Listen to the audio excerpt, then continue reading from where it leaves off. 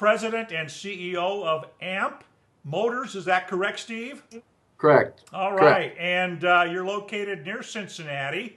And you guys have just picked up a couple of really exciting orders for your electric vehicles. We wanted to talk to you about that today. So welcome to EV World. Again, I think we've talked to you in the past. Yeah, I don't know if we did a video, but we've talked on the phone. No, we certainly didn't do video. This is all new stuff. So anyway, hey, well, congratulations first of all on the Iceland order, and then also I saw the one where Dayton Light and Power's using your vehicle. So that's promising. I think you've got some other news along that line too, right? Yeah, we announced Detroit Edison, which is another utility. Yep. So they've just bought some vehicles to be converted. All right, excellent. Well, let's back up for everybody here and sort of give us a little bit of a backgrounder first on AMP. This is not your first rodeo. You guys have been at this for several years at least now. So bring us up to speed quickly on the last 5 years. Okay. Yeah, we started about 4 years ago. Right. First three years mostly in the lab, you know, developing our craft. We started converting Saturn Skies, little two-seater. We took that all the way through. We're selling those. We took one of those to the X Prize. We got to the finals of the X Prize. I think we were the only real car type of in the finals as far as what people think of as a real car, 4 wheels, right, 3,000 or 4,000 pounds. Yeah. So to get a 2-ton vehicle to get 96 miles per gallon, we thought that was quite an achievement. But that kind of, all the safety and all those requirements of the X Prize, we kind of transferred those into our mainstream vehicle, which is, the first one is a Chevy Equinox. Right. So we convert Equinoxes. That's a full-size, well, kind of a medium-sized SUV, crossover van, crossover type of thing. Right, exactly. And, okay, well let's pick it up here first of all by talking about why did you pick the Saturn Sky to start with, and are you still doing those vehicles? Is that an available conversion? Yep, we still do those. It's surprising. Those have kind of a cult following. It's the Solstice and the Sky.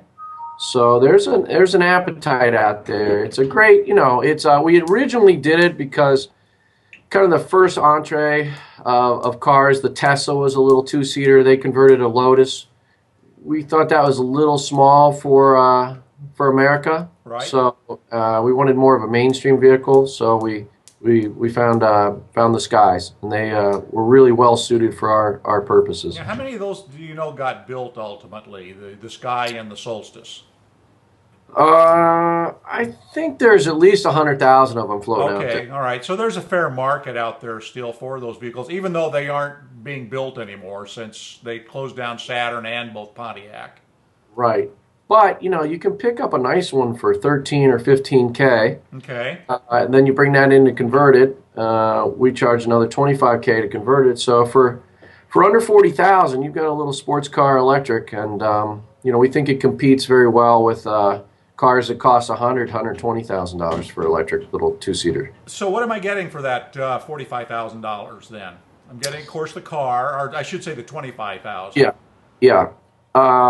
Well, the car you get for whatever you can find it for. Like I said, right. 15K, you can get a nice Sky, and then for 25 we convert it, and for that you get 37 kilowatt hours of battery. You get dual motor drive, so it's very quick, 0 to 60 in a little under 7 seconds. You get 150 mile range on the EPA cycle, 120 in real life. Right. Okay. So you've got a very comfortable car. It's got all the safety and the creature comforts of the Sky. The airbags, everything remains intact. You get 4-wheel disc brakes. You get OnStar. You get all that. So it's a very full-featured vehicle with all the features that one has come to expect with a modern day car. Right. So how's that going for you then? How many of those have you actually converted then at this point? Well, we just kind of said we're going to do it in a commercial. We built a few early prototypes in the X Prize, and We are just delivering the first customer one this week. Well, it'll be next week by the time we deliver it. So we've got a back order of 10 of them. We're just going to build those. Okay. Great. So once they closed that, they announced that we're not going to build, we're not going to have a Saturn division any longer. We are going to close down Pontiac. That kind of left you guys a little bit of scrambling for something else to convert. So you turned to the Equinox. Yeah, we kind of went the other end of the spectrum. We said, let's pick a brand. I mean, it was inconceivable when we first started. It wasn't even in our thought process that Saturn and Pontiac could close. So we thought, well, let's go with a mainstream thing, and so we picked a Chevrolet. We thought if Chevy goes away, we got bigger problems than. Yeah, exactly. So you picked the Equinox. Now, do you buy those? I mean, have you got a special sort of deal with Chevrolet that they give you gliders, or do you have to go down and pick a finished vehicle off the line and then strip the motor and components out and convert it? Yeah, we do not have a deal with GM. So the customer buys the vehicle, best deal they can get, and they bring it to us, and we have to turn it into a glider, which we've got down to only $200 of labor on our side to turn it into a glider. Oh, wow, that's fairly. You either got really cheap labor or you've got this down to a science. We finally figured it out. It's pretty clean. The motor drops out from the bottom. We've got it down to and then our battery pack pops up from the bottom just as the motor did, and so we've got it pretty clean. Okay. Well, let's talk about the X Prize. I mean, I'm sure you guys must have been really excited to get as far along as you did, and then you had whatever happened, and maybe you can tell us what happened, that you didn't make the cut, and we had this strange trio of non-automobiles that ended up being the ones that won the prize. So what happened? Well, we thought it would be really cool to just enter in our stock Sky. So we made no modifications to the ones that we're selling. So this was, had regular aerodynamics. It had the fat tires on it. It had, all the things that if you were trying to hypermile, you wouldn't have. It weighs almost 2 tons. So, the physics of getting something that big, you had to get 100 miles per gallon to get into the last phase. So we made it down to there were only 7 cars in our division, but we only got 96. We were up against 3-wheelers and tires that thick and things that we wouldn't think the average American would jump in, put their family into, and drive down the road. So we were happy. So you were happy that you got that. Now, how did they figure? I mean, this is an all-electric car. So how did they figure that you got 93 miles per gallon? I mean, what were the algorithms or whatever that they used?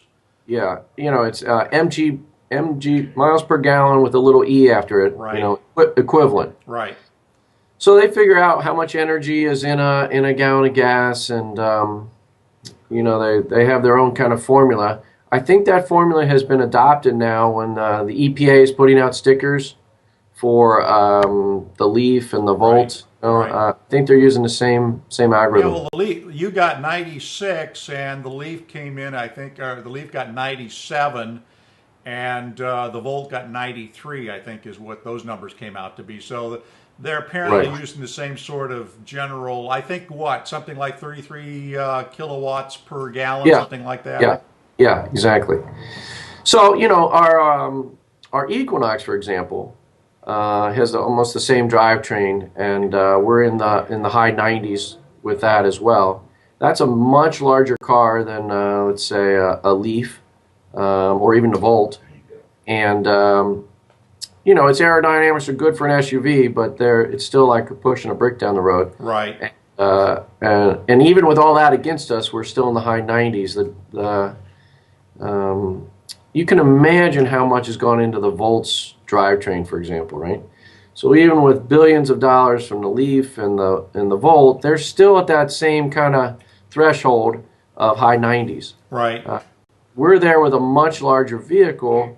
Everybody says, what's the secret sauce? Our drivetrain doesn't have a differential. So we have 2 motors frame-mounted motors right out to the drive wheels.